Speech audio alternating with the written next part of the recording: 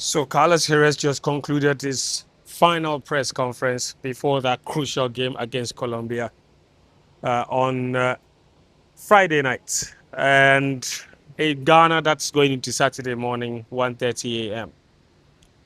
And Carlos Perez's final parting words to the press before he left was, "It's going to be tough, but enjoy it." I found it really interesting. Um, the admission about how tough this game is going to be. And for me, I think, that self awareness is good for the team. The fact that they know just how difficult it's going to be, I think that's what will make them fully ready for this game. Because the same way we approached the England game, knowing it was going to be tough, and we performed to levels that we didn't think the team was capable of reaching, I think the same motivation is what is going to guide this team's performance against Colombia. So that's reason for me, number one, to be hopeful. And that was something that no one asked the coach. He just said that after Henry had ended the press conference and he was just about to go, he just belted out, "It's going to be tough, but enjoy it." And I think he wanted us to hear that. He wanted the entire nation, the entire country to know just how difficult this game was going to be. But certainly, he says we're going to enjoy it. And for him, he has said it before. Enjoying the game doesn't mean playing any sort of flamboyant style of football. He says enjoyment is about result. If the people enjoy the result and celebrate the result, it doesn't. They don't care about how the team played. Ultimately, enjoyment would mean getting a result.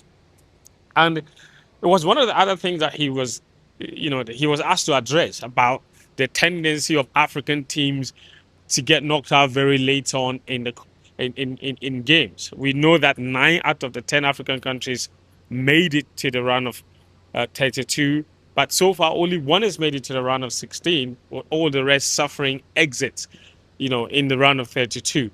And he said it's not about an African thing. It's not about losing concentration. It's just the way the game is. Sometimes the game is played in phases, and maybe it just gets to a point where teams are just tired.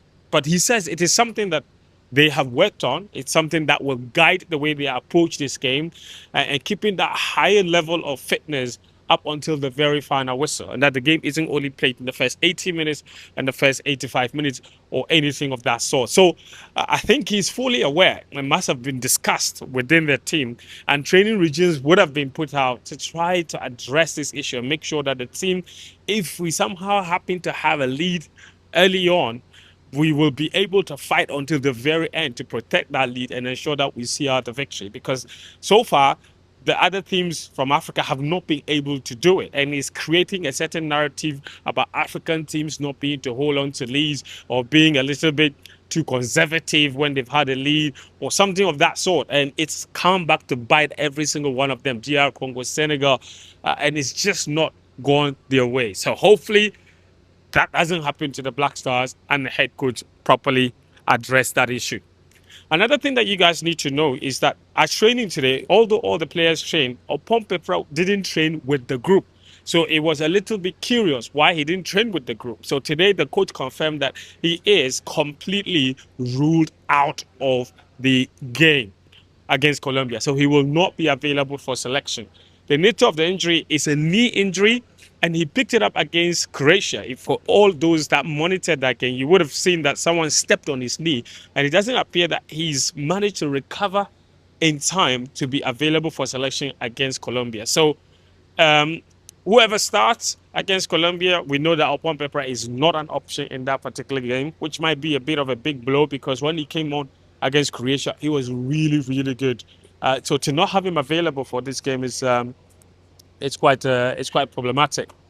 Now, another thing that's worthy of note, the press conference was mostly almost hijacked by Colombian journalists. And you might be wondering why. That's because he coached Colombia for a brief period, about a year or so. And he had this affinity with the Colombian journalists. They were taking a lot of selfies with him even after the game.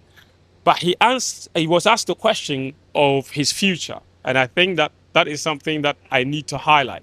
Obviously, we know that Carlos Queiroz was hired just for the World Cup period, but someone asked him that he seemed to be enjoying himself. He seems to be bonding with the fans, and he said, well, he's played 147 international matches. Not 147, like over 200 international matches. And he says very few managers, only 2 or 3 managers have been able to play more international games than him. And out of that, he has over 140 wins. He says he couldn't have achieved all of that without enjoying himself. So he's ultimately he's trying to say that the enjoyment he's enjoying himself in Ghana isn't necessarily just special. It's just who he is. He enjoys football, enjoys playing football. And so, but for now, he's only focused on making sure that against Colombia, he can give the Ghanaian fans something to celebrate. At the moment, that's all he's thinking about. He's not thinking about anything beyond this tournament. At the moment, he's just putting his focus all on this particular tournament. Now, the last thing that I need to highlight is before the no after the Croatia game. Remember that Carlos Queiroz said that he thought the expansion of the tournament was diluting the quality of the tournament, and so someone tied that into a question about how all the African teams were getting knocked out and whether it's an indication that there's not enough quality. And I particularly asked him whether he had any assurance to give the Ghanaian public that we wouldn't be yet another country, African country, to get knocked out. And he says, well, that's why they're here. They will do everything possible to make sure that Ghana isn't another African country that gets knocked out. Jordan Ayew was also asked about the flood victims and what he believes could be, whether there's a discussion has been had about the flood situation, whether the players had a conversation about giving the Ghanaians a bit of joy, just to sort of make up for what has happened in Ghana. Obviously, something to take their minds off of all of that disaster. And he said they've had meetings about that, and they will do everything possible to make sure that they can deliver victory. So what I've picked up is that it's a team that is very determined, a team that is fully aware of how difficult Colombia is going to be, a manager that knows the opposition. But I think ultimately, a final thing I will say is that certain individual players also need to take certain responsibility.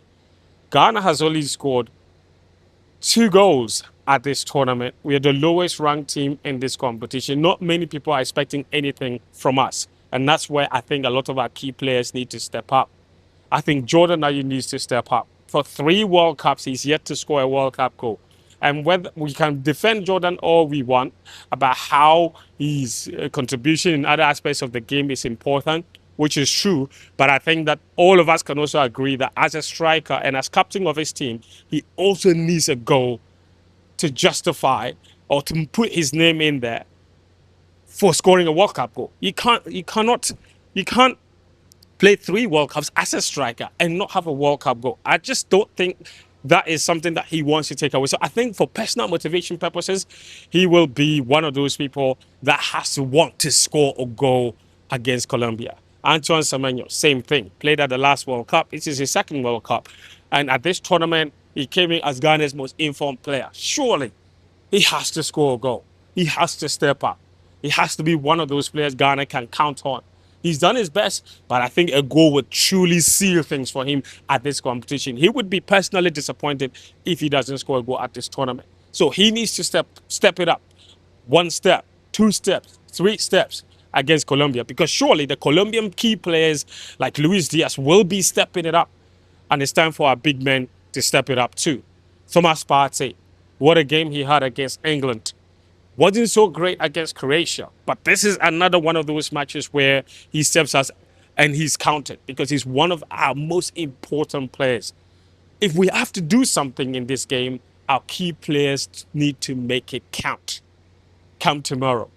And Carlos Queiroz must be brave with his selection. He must play a lot of the youngsters in positions where they can impact the game more positively. So it's going to be difficult, and it's the sweltering heat is going to be so hot. So everything is at stake here. This is knockout football. You lose, you go home. There's history at stake. History beckons for every single one of those players. We haven't been at this stage of this competition, knockout rounds of a World Cup, since 2010. It's been a mighty long time. Now is the time for everyone to step up and be counted.